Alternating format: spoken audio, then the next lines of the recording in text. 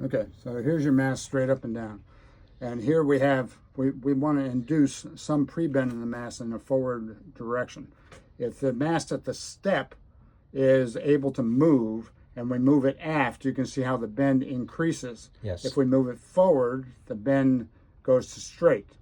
So the bend decreases. So your mast at the step is where it has to be.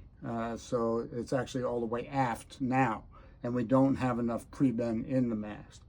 If we go to the where it goes through the partner area, which is where it goes through the deck, you can see if we take that and we move it back, it gets straighter. If we move it forward at the partners, it gets more bendy. So the issue with that is that this boat doesn't have any adjustment at the deck level, not like a race boat that has wedges that go fore and aft, and we can adjust that. So the only thing that we can adjust this with are forward lowers, which if we pull on the forward lower and we pull the middle of the mast down, if we pull on the inner forestay, it pulls and increases the bend. And if we pull on the backstay, you can see if my fingers don't move, then that's a fulcrum. You pull on the backstay and you get more bend. Now the aft lowers oppose that bend. So if you pull aft right here, you can see how it straightens it out. And that's what we have right now. We have too much aft lower on, and so it's pretty straight on the bottom and then it hooks on the top. And that's the situation that we're in right now. I'm trying to look at all the things, parameters that we can adjust to minimize that issue and try to get a more consistent bend all the way up and down the rig. We're limited on the number of things that we can actually use to achieve that. And so that's what we're trying to figure out now. Also, if we shorten the headstay, it actually is going to put more inversion in the mast. If everything stays the same and we just shorten the headstay, you can see how it inverts the mast. If we lengthen the headstay, it gives you more of the correct bend that we're looking for. But the rake is affected. If we lengthen the headstay, the rake changes. And the distance, the relationship between the center of effort of the sail plan and the center of lateral resistance of the hull make it change the weather helm on the boat, whether it has weather or lee helm and how much weather helm it has. So the more that the mast leans aft, the more weather helm, because you're taking this whole sail plan, moving it aft. If the center of lateral resistance is here, you can see it works like a fulcrum and rotates around that point. So if we take the mast and we have negative, then that moves the center of effort of the sail plan forward. And then if the CLR is here, you can see how it puts more pressure on the front of the fulcrum or the straight up and down, where those two, the relationship between those two, it puts more here, and you have lee helm, and the bow always wants to fall off. And that's basically how we tune rigs. And what have we done for right now? The changes and the adjustments you made today? We have tightened up the forward lowers to try to induce some low end bend into the rig. We've taken up 1, 2, 3 turns on the forward lower, and we eased the aft lowers and then took them back up to where they were before. So we're trying to move the center of the mast slightly more forward. It has worked a little bit. The main thing I think that you guys will find is that 1,800 pounds is very difficult to go up on because you have too much headstay sag.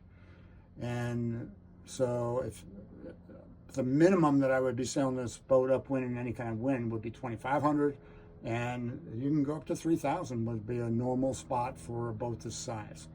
And that's just PSI on the hydraulics. On the backstay hydraulics. On the backstay hydraulic. If okay. the problem with that is that's pounds per square inch is PSI. And because the ram itself is much larger in diameter, there are a lot of square inches in that circle. So what you have to do is you calculate in this circle on the inside diameter of the hydraulic backstay how many square inches, and then you subtract out the size of the square inches of the ram, the actual hydraulic shaft that comes out of it. You subtract that out, and then you take that times the PSI, and that's how much load you have on the rig, on the backstay. Okay. So it's a calculation that you have to do. So for right now, you've statically tuned it to where you think it's going to sail acceptably. Yes.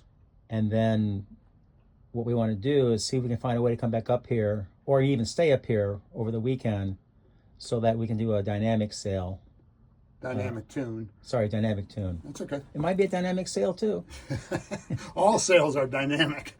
So, yes, that would be the best if we could sail it dynamically and see what the issues are. Okay.